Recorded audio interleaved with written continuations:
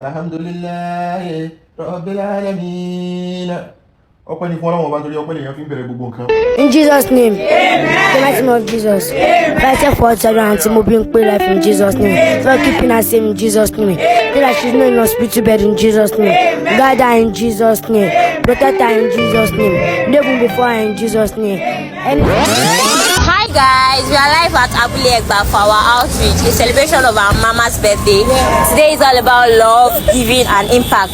Come along with us. Ẹni ọdún bá láyé kò kọrin ọpẹ́, ẹni ọdún bá láyé kò kọrin yìn. Báyìí ni Ọlọ́run ṣe dá gbajúgbajà òṣèrébìnrin Mobimpe aya Lateef Adedimeji sí láti rí ọdún mìíràn láyọ̀ àti àlàáfíà. Adúpẹ́ pé òkun àṣẹ alihamdulilayi rọ́bì alamin sí Ọlọ́run fún àǹfààní tí wọ́n rí gbà lókè rúpẹ́. Báyìí ni àwọn olólùfẹ́ wọn, àwọn èèyàn tí wọ́n wà lábẹ́ wọn, àwọn èèyàn tí wọ́n ti nípa kan tàbí ìkejì ní dáadáa nínú ayé wọn ṣe dìde láti celebrate ọjọ́ yìí gẹ́gẹ́ bí ọjọ́ tó yà lárọ̀tọ̀ òun rèé bí wọ́n ṣe kó ẹ̀bùn lọ́tún, ẹ̀bùn oúnjẹ àti àwọn ohun mèremère láti lọ fún àwọn ènìyàn láti ṣe ìsàmìsí ayẹyẹ ọjọ́ ìbí ìyàwó Lateef Adedimeji Mobimpe. Ẹ wo ọjọ́ yìí ọjọ́ tí a kò lè gbàgbé ni o, ọjọ́ tó yà lára ọ̀tọ̀ ẹ̀rí gbogbo nǹkan ni wọ́n rà láti rí pé wọ́n rí ọjọ́ yìí ṣe láyọ̀ àti àlàáfíà. Mi ò ní fẹ́ sọ̀rọ̀ púpọ̀ jù ti rí ilé àwọn ọmọ aláìníyà tí wọ́n lọ láti lọ fún wọn ní ẹ̀bùn oúnjẹ àìsínbẹ̀ láì bá wọn dá sí. Ó yá ẹ jẹ́ ká débẹ̀ kẹ́rì bó ṣe lọ sí. In Jesus' name, the mighty name of Jesus. Fight for children and Mobimpe life in Jesus' name. For keeping us safe in Jesus' name. Tell her she's not in hospital bed in Jesus' name. Guide her in Jesus' name. Protect her in Jesus' name. Never before her in Jesus' name.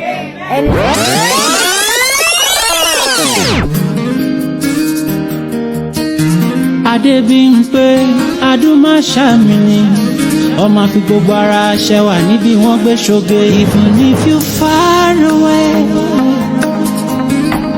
I fall in love with you every day. Even if you far away, you forever be in my heart. Even if you far away, I fall in love with you every day. Even if you're far away, you forever be in my heart. Ìfẹ́ mi tẹ́tí wá bọ̀ mi tí ń kọrin ìfẹ́ sí ọ. All you need to do.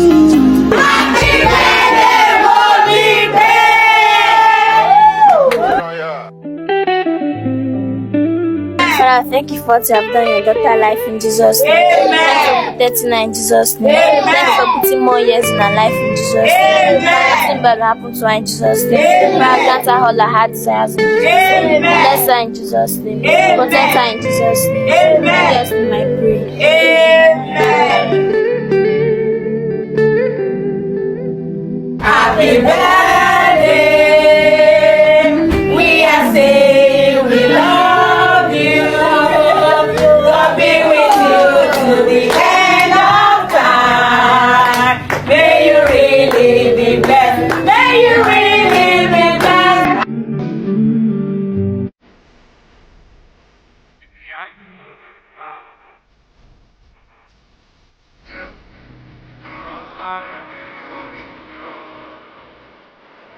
Happy birthday, Mommy. Love you. Thank you so much for my really, really, really grateful. Thank you, love you, Mama. Happy birthday.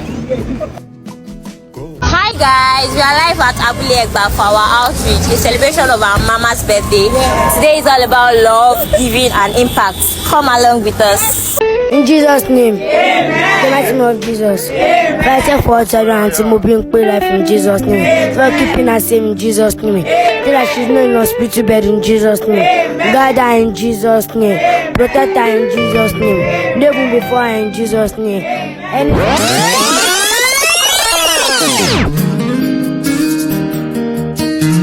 Adebimpe Adumashamini ọmọ fi gbogbo ara ṣẹwà níbi wọ́n gbé ṣoge. Even if you far away, I fall in love with you every day. Even if you far away, you forever be in my heart. Even if you far away, I fall in love with you every day. Even if you far away, you forever be in my heart. Oh, ìfẹ́ mi tẹ́tí wá bọ̀ mi tí ń kọrin ìfẹ́ sí ọ. All you need to do.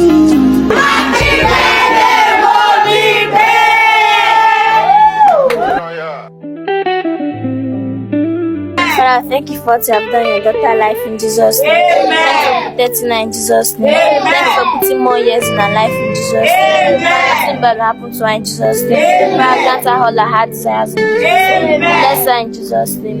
Protect her in Jesus' name. In Jesus' name I pray. Happy birthday. We are saying we love you. Alájì ẹ ǹlẹ́ o akọ àbájá yìí ni ó yá ẹ polówó fíìmù wa.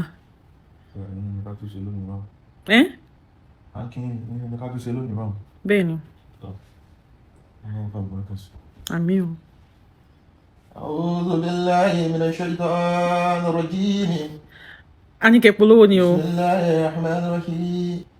الحمد لله رب العالمين. ọpẹ́ ni fún Ọlọ́run Ọba nítorí ọpẹ́ lèyàn fi ń bẹ̀rẹ̀ gbogbo nǹkan. Mo dúpẹ́ fún Ọlọ́run Ọba, àdúpẹ́ fún gbogbo ẹ̀yin tẹ́ ń wo fíìmù wa lọ́tùn lósì níwájú lẹ́yìn lókè nílẹ̀ yìí lókè òkun nínú space nínú moon tẹ́ fi ń wo Ọlọ́run àlùbáríkà Ọlọ́run yóò máa bẹ pẹ̀lú oríkàlùkù wa. Tọ́ iṣẹ́ tó wá bẹ̀ wá náà ni pé àwọn fíìmù tí ó ti jáde báyìí ẹ gbọ́dọ̀ lọ wò. Ìdí tẹ́ fi máa wò rèé. Ọlọ́run sọ nínú Al-Qur'an Karim, ẹ má ti jẹ́ lọ́nà Al-Qur'an. Ìdí tẹ́ fi máa wò rèé nítorí bẹ́yàn bá fowó ṣòwò owó náà ní fi ń pa. Bẹ́ẹ̀ ni ẹ̀rọ tó rọ́lọ́ àtàlẹ́bí ẹ lọ sórí Yorùbá Plus TV kẹ́ lọ wo èyí tí ó ṣe jáde ń bẹ̀ Dangerous Love tí àwọn àǹtí Mobimpe ṣe, ìyẹn Dangerous Love, ó wà lórí Yorùbá Plus báwọn. Ẹ bá ti wá wò lórí Yorùbá Plus tán ẹ wá padà sí orí Mobimpe TV láwọn oríṣiríṣi tí ń bẹ ń bẹ̀. Deadly Getaway ó sì ń bẹ ń bẹ̀. Alájì ó yá mò ń gbọ́ yín. àwọn kẹ́ lọ sórí Mobimpe TV báwọn kẹ́ lọ wo oríṣiríṣi tí ń bẹ ń bẹ̀ láwọn Ìyàwó Aláàjì, àwọn Deadly Getaway, àwọn pọ̀ ń bẹ náà, àwọn Ẹ ti gbàgbé táìtù àwọn fíìmù wa ni. àwọn Deadly Getaway, àwọn Ìyàwó Aláàjì, Eré Ibi, àwọn Eré Ibi, Healing, My Miracle, Between Us, àwọn bẹ́ẹ̀ tó wà ń bẹ̀. The Psychopath. Kẹ́ lọ wò wọ́n ti ń dárúkọ ẹ̀yẹn máa tẹ̀lé wọn lọ́dẹ̀. Kẹ́ lọ wò gbogbo ẹ̀ kẹ́ sì wo èyí tó ṣe jáde ní ìtí ń jẹ́ Dangerous Twins. Dangerous Love. Sorry, Dangerous Love. Adé ó ti jẹ́ ń pariwo. Ó ṣe máa pe fíìmù ní Dangerous Love ní Dangerous Twins. Alhamdulillah. Alájì. Dangerous Love ẹ̀ là á wò ń bẹ̀. ẹ̀ là á wò ń bẹ̀ kí gbogbo ẹ̀ kó ṣe ṣémúṣémú. Mo ti dẹnu kọ́lá mọ́ṣálá ìbá wa fi àlùbáríkà sí i.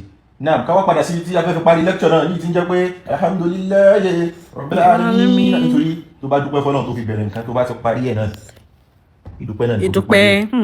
àfi ìdúpẹ́ bẹ̀rẹ̀ Àdúpẹ́. olówó ọjà náà a sì ti fi ìdúpẹ́ Ọlọ́run parí ẹ̀. ṣeun. subhana rabbika rabbil izzati amma yasifuna wassalamu ala al-mursalin walhamdulillahi rabbil alamin.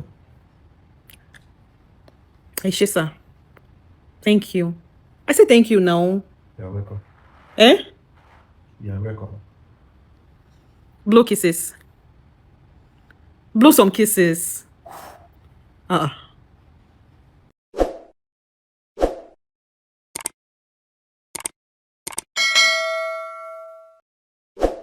ọ̀tẹ̀ ló ń jẹ́ ló ń pè ọ́ kò sẹ́ni tí ò lórúkọ tiẹ̀ àti wípé ọmọ kì í gọ̀ títí sẹ́ẹ̀ kó gbàgbé orúkọ ara rẹ̀ ààfin tèmi ò nílò ìdánimọ̀ lọ́jà tó bá dọ́jà báyìí wọ́n á mọ̀ pé ó dọ́jà ni èmi tí ń tòótọ́ Samuel Owóyẹmí fẹ́lẹ́fẹ́lẹ́ láyé lórúkọ mi fẹ́lẹ́ ní gbogbo èèyàn mọ̀ mí sí èmi náà kọ́ Ọlọ́run ọba òkè ló fún mi ṣe ní gbogbo ìgbà